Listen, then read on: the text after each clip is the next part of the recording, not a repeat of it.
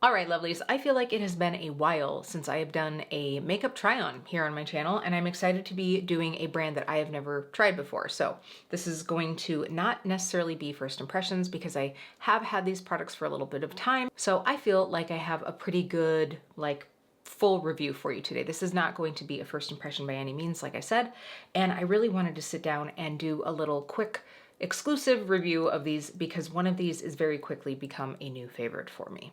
So let's talk a little bit about Doll 10. So like I said, I've never tried the brand before. They did reach out to me and asked if they could send these over. So right away, I just want to make it clear that this is not a sponsored video. They did not ask me to create content or do a review or anything like that. And I was genuinely excited to try these because I am always on the hunt. This is really about under eye brightening for the most part, and I'm always on the hunt. Like, I think we all have one or two products that we're always looking for the next best, our favoriteest favorite. And for me, it's like under eye things and mascara. Let me know what yours is, but you all know what I'm talking about. I think there's always something where we're like, well, I kind of like this one, but what if this other one is even better? That's me. That's where it comes in. So what they sent over was the pink powder. This is the Press Brightening Treatment Powder. I have never tried a pink powder before this one, so I definitely have some thoughts. I know it was like the super vibe for a while there. I think more so in like winter and spring for reasons that I'll kind of get into here. And then they also sent over the This Covers Everything Super Coverage Concealer with Peptides. And we have the This Corrects Everything Luminous Under Eye Corrector. So we're going to be trying all of these out today.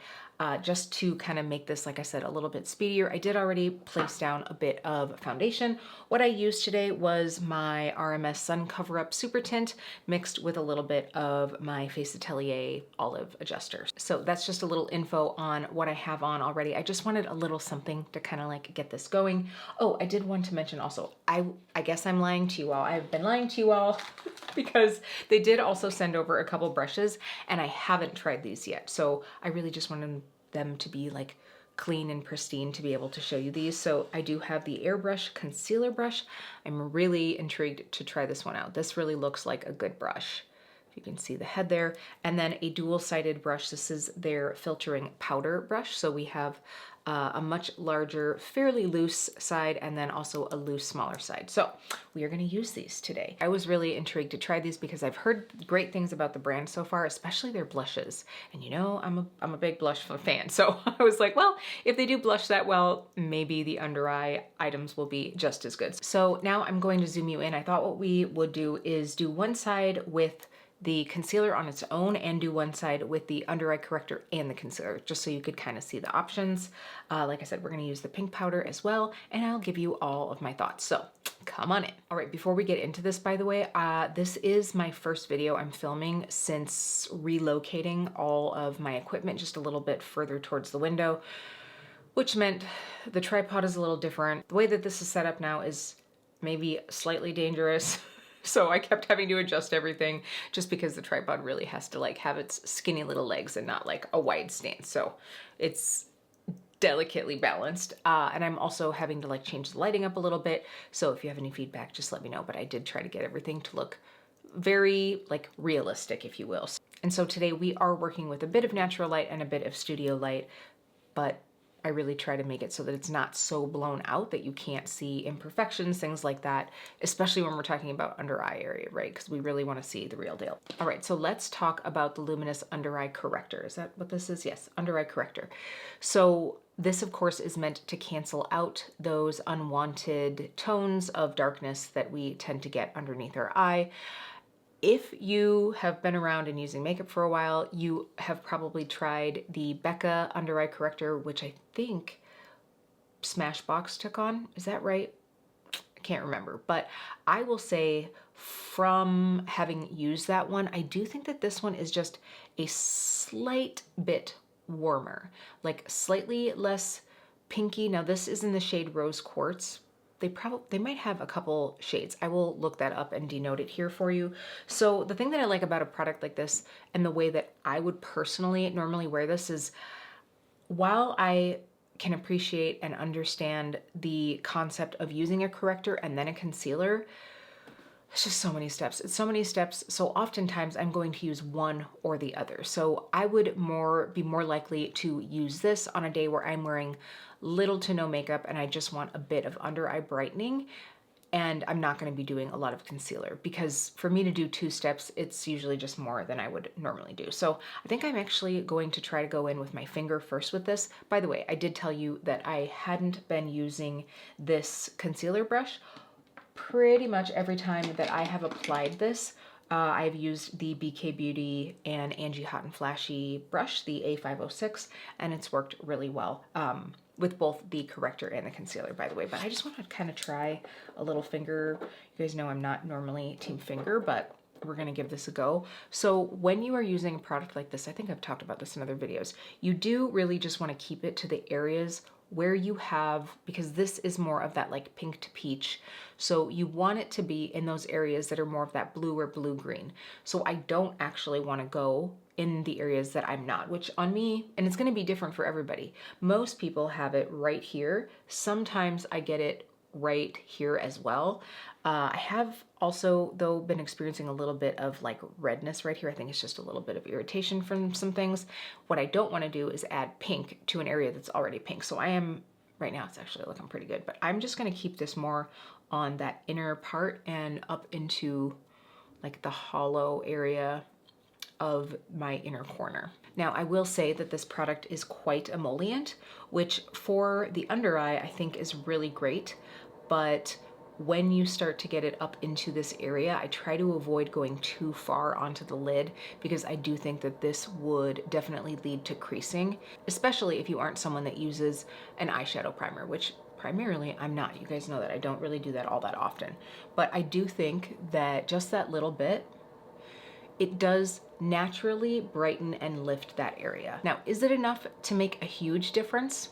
No, I don't really think so. I think that this is so emollient that you have to do a thin enough layer so it doesn't like slide all over the place, unless you have incredibly dry skin. If you do, you might really love using this. And I will say, while my under eyes do tend to get very dry, it's been like 90 and humid out recently, so I'm not having that issue right now. I might come back to this in the fall and winter time and have a little bit of a different vibe.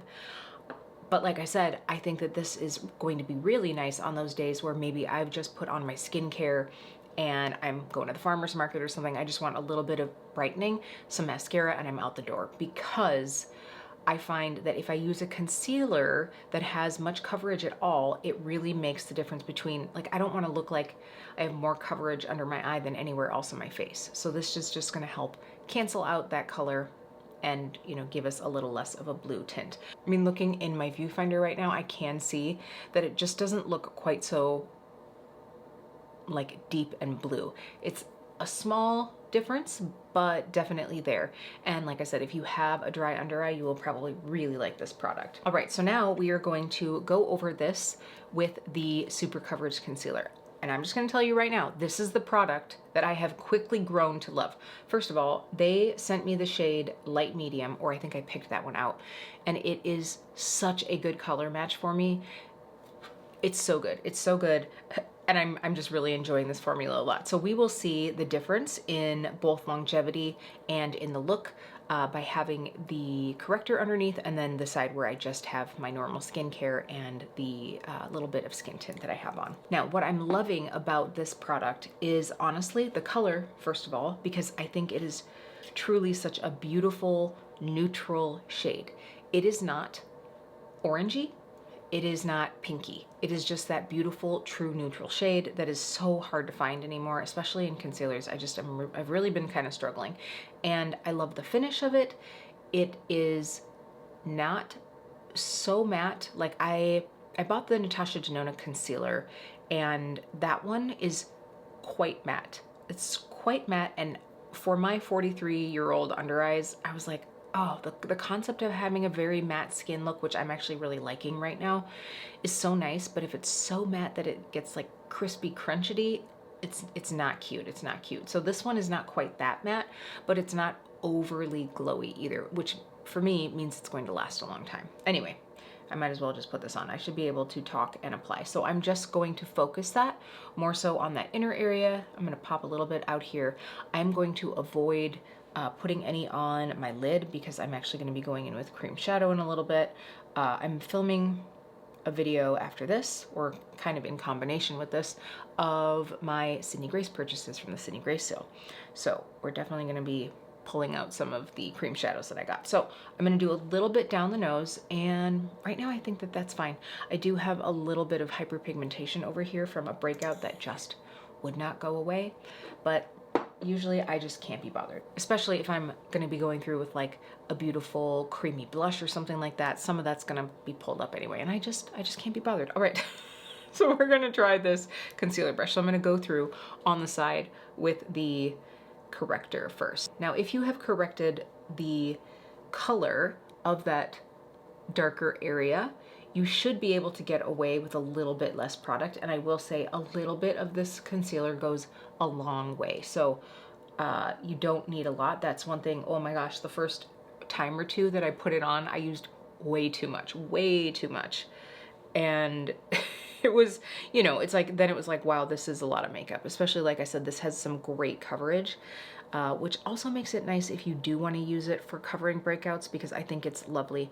I have used this on my breakouts when I was a little bit lighter.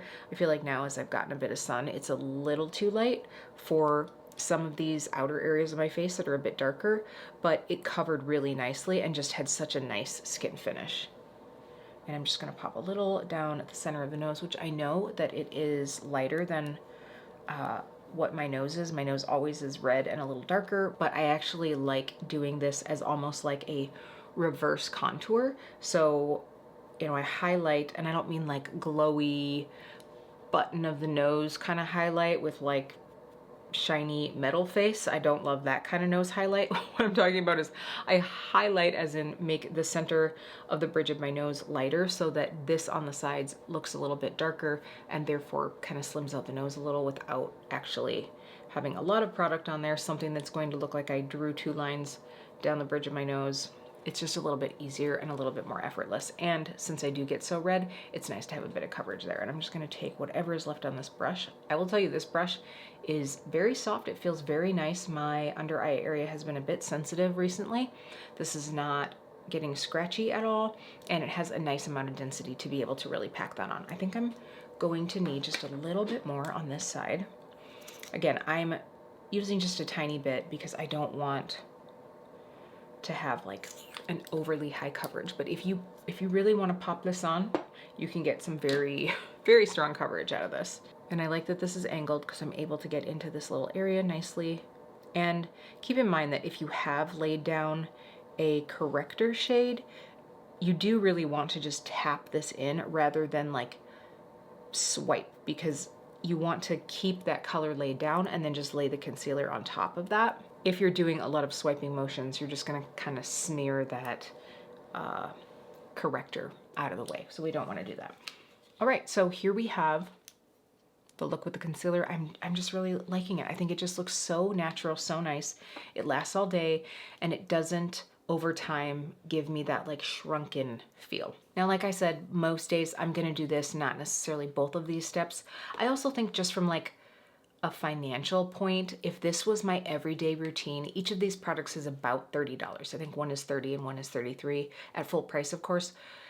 That's a $60 under eye. Like, I'm like, normally I would just not do that every single day, but I do think that each of these has its purpose on its own. While they do work together beautifully, I would probably, again, use these on separate days. This one for like very light makeup when I just need to be quick out the door, and this one is like definitely becoming a new ride or die. So really liking that. Please let me know if you've tried either of those. Okay, so let's get into the Pink Powder Pressed Brightening Treatment Powder. And I will say that I was looking over the Doll 10 website, and a lot of these products have, I would call them skincare ingredients in here. If you know my stance on that, it's like having some of those ingredients is great because it keeps your skin from drying out perhaps. I just don't know if in the layering process of all of the makeup that we're putting on, you're really getting a ton of other benefits out of that. Like, am I really getting green tea, peptides, all of those things once I'm to like layer 3 on my face, I don't know. I'm not a dermatologist, but at least it's something that is probably going to keep my skin from getting dried out, perhaps, at any rate. So pink powder. Now I know that this was a total trend. It was sort of in that like very like angelic, just very pearlescent skin look. And I guess I don't mean pearlescent as in like shiny, but just that very like soft, angelic, ethereal, like less is more makeup vibe. Now we've moved into like blush blindness, so we're kind of on the other end of that. But I think that if we look at color theory and what a pink powder is going to do. So pink is essentially a very light version of red, right? So this is really going to counteract green in the skin, because this is really, it's not peach. This is not peach at all. Like most of the time, if you're talking about counteracting blue, like blue or purple undertones, you're going to be looking at a yellow powder or an orange powder. So pink is really meant to like neutralize green, which most people, unless you are incredibly olive skinned, your under eye area is not going to look green. So this is really going to give a bit of a pink tint to the skin when we go in, which if you have a cool undertone, it's going to look beautiful, brightening. If you feel like you maybe have some sallowness to your skin, this will also help that, like just give you a little bit more of that like healthy vibe. But beware, this is not for everybody. It is pretty strong in tone and it is quite light. So they did send over a powder puff. I'm unsure whether or not it comes with the actual powder. I'm going to show you one on one side and one on the other, just so that you can see what this looks like. I'm going to take a little bit of this and tap it in. I'm going to go on the side where we have the color corrector. I'm actually just going to pop this a little bit, just a tiny bit over the lid. Now, I think right now I am not exactly at like my most tan, but I am fairly tan. So I'm going in with a very, very light hand. I was like, oh, I can't see the mirror, but it was tipped upside down. So this is quite light. Like you might not be able to see right now, but if I look here, I do feel like I have that very, what was that, early 2000s, 2010 kind of era of like quite light through here. It's a vibe. I think I would probably enjoy this more in the fall and winter time when I am a little bit lighter. It to me it just reads like I just put something on my face. And I'm really being very delicate. Let me tell you, the first time, because we've got pink powder and a pink puff, and I kind of went in hard and it was like, oh, okay, that's quite pink. So what I would probably prefer to do is use the small side of this brush and lightly sweep a bit of this over, because you're going to probably pick up less and a less concentration in one area of this powder if you have a deeper skin tone. And by deep, I mean probably not any deeper than what I am currently. But this is going to give you a softer look, a less like makeup-y look. And this is what I like. This just looks a little bit too much for me. I don't even know if you guys are going to be able to see that. You might, by the way, hear Jet down here. So he's hanging out with Mom today, and we're just having a little bring your doggy to work day. Even though this is not my job, definitely not enough money to call it my job. But in case you do hear like random licking, that would be him. So I really prefer this side. So just a little tip, if you are looking for a pink powder, I think this is a great one. The formula is nice. It's really nicely fine milled. Oh, by the way, I can just kind of give you a little swatch here, so you can see it's definitely quite pink. Now keep in mind, I do have fairly olive skin, and you know, it is basically August. Oh yeah, see, this just has this nice silky feel. Almost feels like it has a little bit of like primer in it, if that makes any sense to you.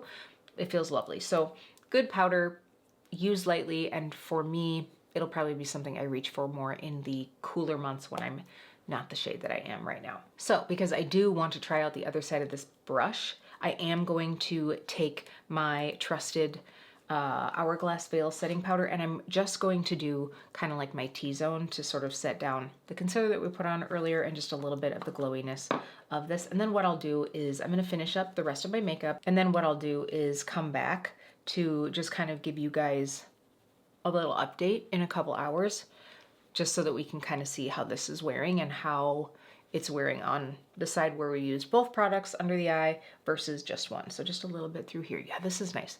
I have to say I would probably, because it's not super dense, but it's dense enough to where I could see really using this for a powdered blush that's a little bit harder to pick up that I want to put on. I don't know that this would necessarily normally be the product that I would like buff on an all over face powder, just because it's densely packed enough that I feel like it runs a risk of moving whatever product I have on around, but that's just me. All right, so I will see you guys in a little bit with more makeup on. All right, I'm back. A little more makeup on, a little more glowy too, because I just spent the last couple hours outside in the heat. So if I seem sheeny, that's probably why, but it's also a good test of of these products. So by the way, the video that I have going up after this one will most likely be my Sydney Grace haul. I'm trying on a few of these things in case you're curious, a little life chit chat, all that stuff. So subscribe if that sounds good to you, if you aren't already, and I will see you in that next video. So I have to say, I mean, I don't know if you can tell, but I feel like this looks pretty good. Let me pull you in. I'm very delicately going to do this because already when I went to turn this camera on, like I said, it's a little bit delicate right now, this setup. I totally had to like reset everything up because things went wobbly. Anyway, I feel like it looks good. I mean, I could have put on more concealer for more coverage, but I would rather have slightly less coverage and have it just look like really like my skin. And that's exactly what this concealer does. Now, after a few hours, do I feel like there's that big of a difference between the side that I put the color corrector on and the side that I didn't? No. But again, let me know what you think down below. What I will say though is because when I tap that up into my inner corner, some of that did get on my lid, and I noticed that I did have some creasing of that product onto my lid. So I would say you're going to want to avoid using that in that area if you have oily lids at all. That being said, I mean, granted, the eyeshadow that I put on is virtually bulletproof, but I don't have any creasing now that I put the eyeshadow on. I did just notice that it had creased, even though I'm pretty sure I remember lightly powdering my lids. I did. I remember that now. We used the pink powder. So I don't know. That's, again, it's a product that I don't use a lot. And like I said, if I did, it would be on very low makeup days, which that would still be fine because I'd probably just like blend it back out with my finger. But the concealer, A++, the powder, I'll get back to you when it is fall and winter. I think that would be more the time that I would wear it. But now that it's like settled into the skin, especially now that I put on so much warm golden glowiness, it doesn't look out of place. But I have found that with a heavy hand, it does. So that is my opinion on that. So hopefully this little check-in is helpful to you. Let us all know down in the comments if you have tried any Doll 10 products. Now I am really curious to try more. Like I said, I've heard great things about the blush. They do make a foundation, and if the foundation has such a beautiful finish like the concealer does, I would be very tempted to try it. It's been fun getting to sit down with all of you and do a little makeup try on from a brand that is new to me and a brand that I would like to try some more things from. And thank you to Doll 10 for sending these over. Like I said, this is definitely my honest opinion about all these products. And again, leave your opinions down in the comments and let me know what I should try once I get around to doing so. So thank you, lovely, so much. By the way, if you are curious about any of these products, I will have them linked down in the description for all of you. That is going to be it for today, and I will see you really soon.